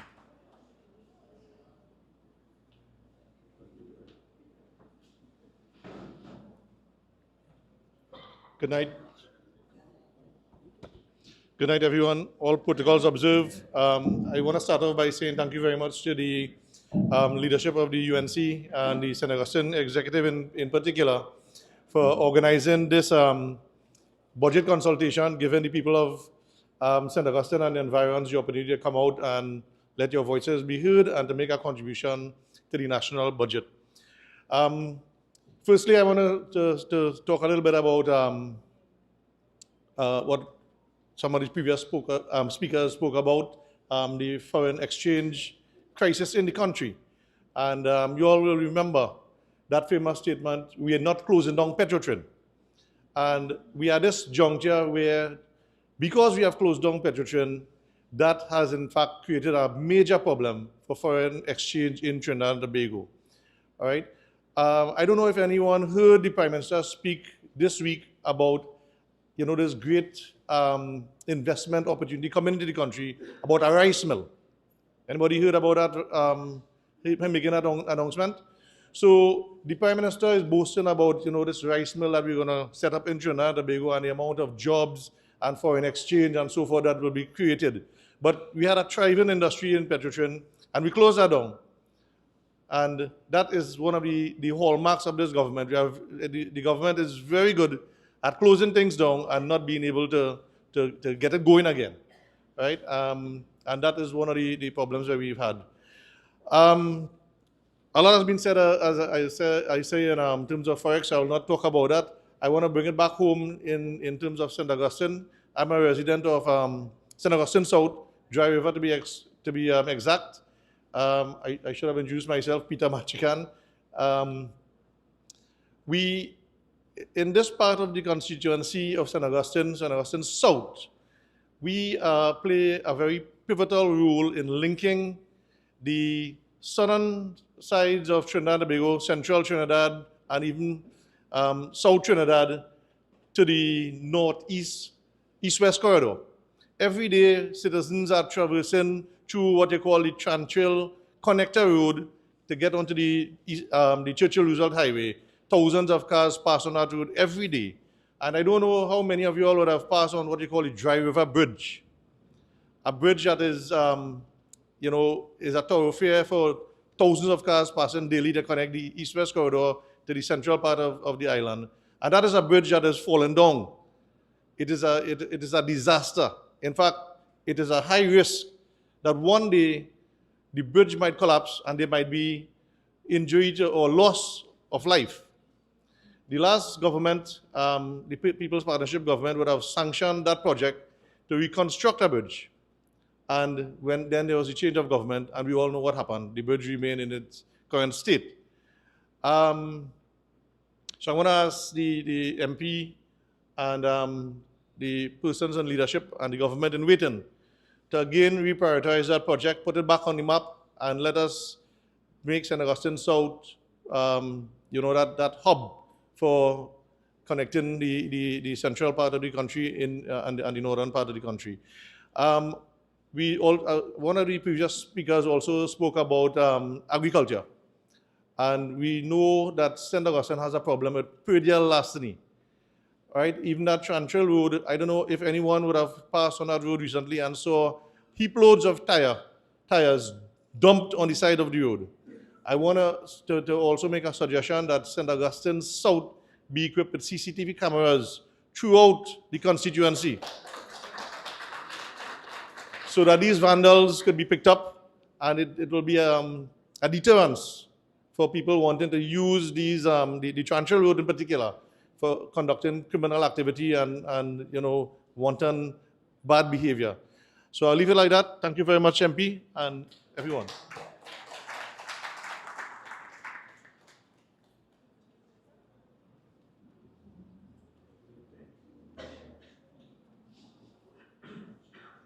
Good night, everyone. My name is Israel Ali, and I would like to say that within the past few years, before we used to get laptops provided, school books, grants, and within the past few years, we have not been receiving any of that, and I would like for it to start back. Thank you very much.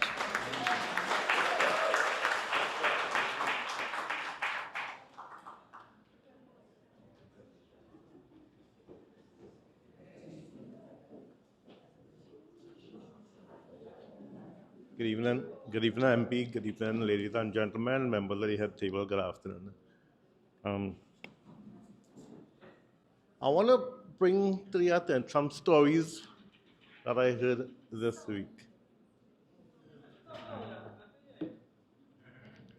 Some stories that happened this week, right? So, there is a guy who lives close to me.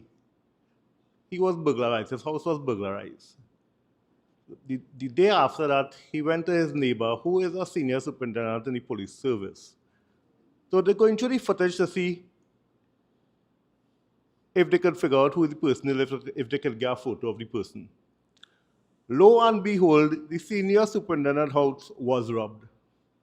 He could have seen it in the footage right there and then. Right? The persons who were doing the robbing was foreign nationals, Venice, who lived not very far. And for senior soup, they didn't do a thing. You could have seen I saw the footage, you could have seen the faces. Nothing was on. I don't know if the police are scared, I don't know if they can't do the job. So we want to talk about competence in the police service. So you need competent people. When you call the police station, they don't have a vehicle. right? I went to various crime meetings, and the police who were there in the crime meeting telling you that they have 2 vehicles or 1 vehicle and they can't leave the station without a vehicle. So they have no access to a vehicle. So that makes it worse on, well, the residents, the constituents, right?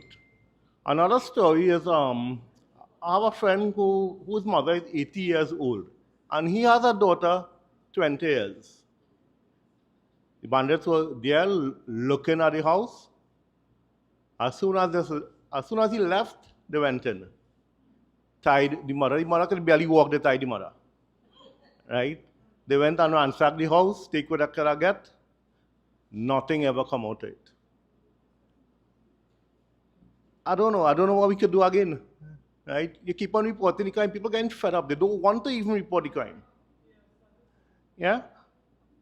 Murders in St. Augustine. For the past 2 or 3 years, we have so many murders right here in the train line in Page, in Macoya. Not one has been solved. Not one. What they need?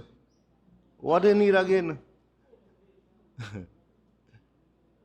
Home invasion. They coming in your house, tying you up, robbing you, taking your vehicles, taking your jewelry. Things that you work your whole life to get. They're taking that away from you. And then we have our Prime Minister. Well, he's the Prime Minister, he's the head of the National Security Council, who's saying that if they want the mango, give them the mango, which means he can't protect you. So give them the mango. The Minister of National Security saying that it's not his job to make you safe. So we need to change them. Maybe we should get people like Sean Sobers on them here. Right? And we have the Commissioner of Police saying to pray. Well, but if we had to pray, God help all of you. Thanks.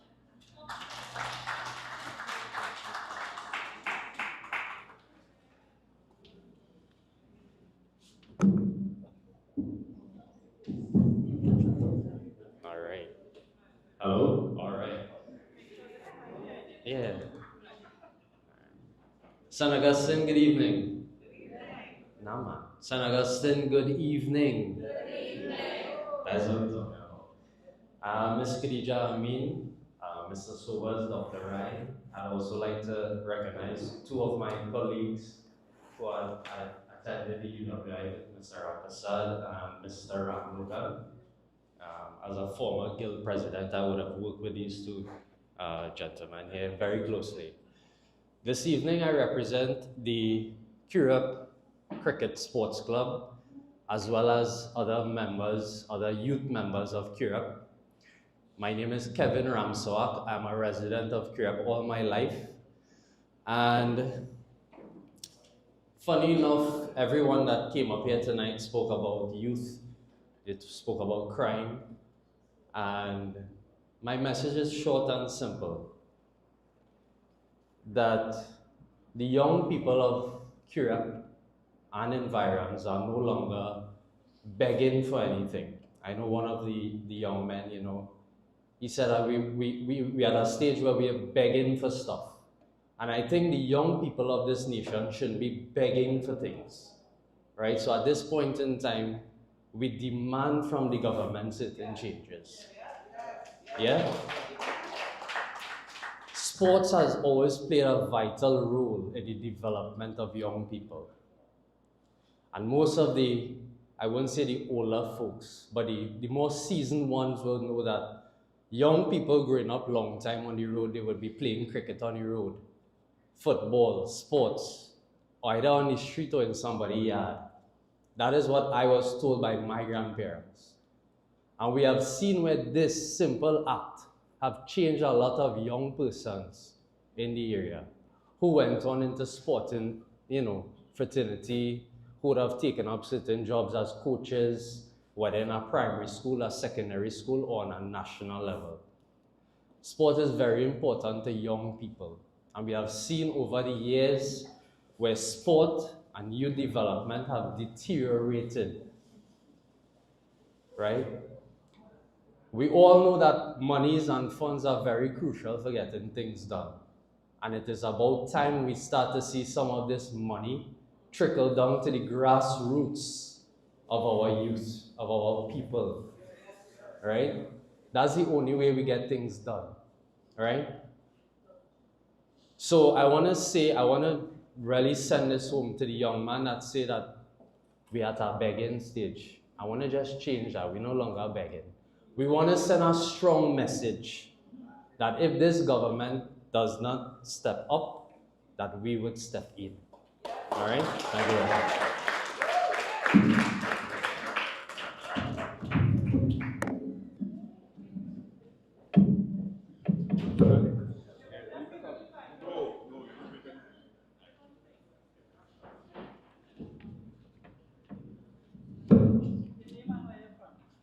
Good night, Nathaniel Ra, Tacarigua, all protocols observed.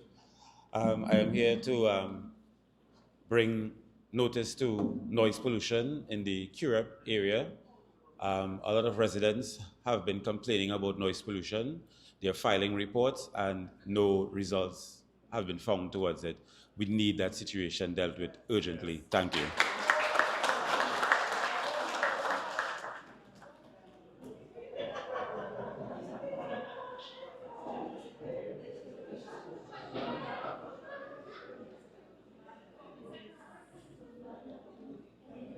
Pleasant good night, everyone. Pleasant good night, everyone.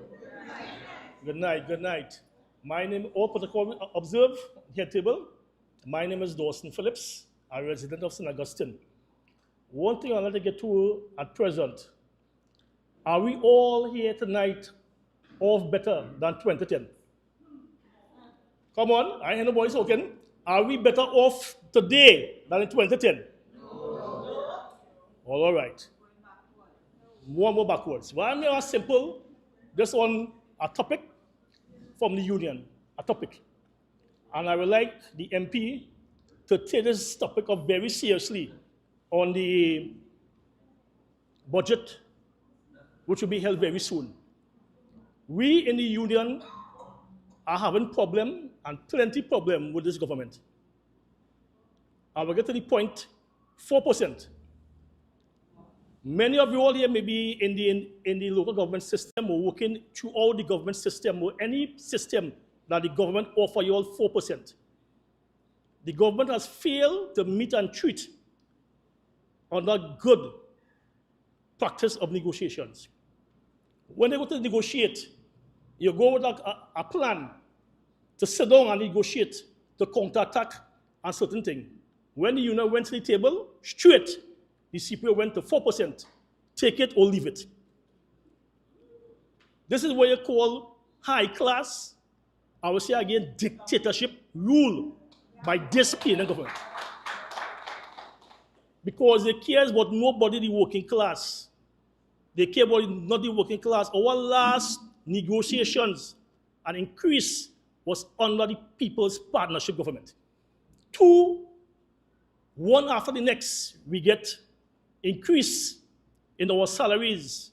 To this day, we are still working on 2013 salaries. And everything has gone skyrocket throughout the country. Market goods, grocery, wherever you go, cost of living has gone high. And the government has failed to treat with this. So we in the union understand that we have fought the fight for 9 years. And we will hold on until the UNC return to power to start proper negotiations. I thank you.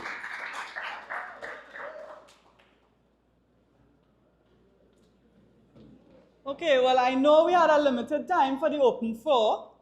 I want to thank everyone who came forward to give their views today. Give yourselves a round of applause. I know we will have an official vote of thanks, but as a member of Parliament for St. Augustine, I want to personally thank all of you who came. And I want to say to those of you who contributed, every one of you spoke on behalf of your community, your organization, the area you are from. And to those of you listening, nothing will change if we do not vote to change it. Nothing will change. St. Augustine is a seat that the UNC wins. But outside of St. Augustine, I'm speaking to those who are on the live listening. You have seen what the PNM has given to this country. Every person here talk about their children and the schools, our infrastructure, bridge falling down, our farmers, crime, people who cannot get their land for decades, noise pollution and no action from the police. And all of these things have not been addressed by the present government. So I want to ask you, elections have consequences. Are you ready to vote out the PNM? That is the question. So I thank you, and I want to hand over now to the person who will do our official vote of thanks. Pleasant good evening to everyone. All protocols observed. I take this opportunity to do the vote of thanks on behalf of our political leader, the Honorable Mrs. Kamala Prasad Bisasa and Team St. Augustine. Firstly, I would like to especially thank our Member of Parliament for St. Augustine, MP Khadija Amin, who continues to make the people's business of St. Augustine Amin's business. She continues to advocate and represent everyone in the best interest closest to her heart. Thank you to our very own Attorney at Law, Sean Silvers, for his contribution on crime and the economy. Thank you, Dr. Kerry Sumisar Rai, for your contribution on property tax and the economy. Thank you to my colleague, Councillor Richard Rampasad, for chairing today's meeting. Thank you to Councillor Seema Ramsaran Augustine for blessing today's proceeding. Thanks to our staff at the registration desk. Thanks to the St. Augustine Constituency Executive, led by our chairman, Amit Mahabir, preparing and putting together this venue and the decorations. To our sponsors, Vanya's Party Rental, Vic's Transport and Sound Company, St. Augustine South Village Council. Thanks to our very own, our very dedicated and hardworking, and I call him the man behind the scene, Mr. Kevin Gibbs.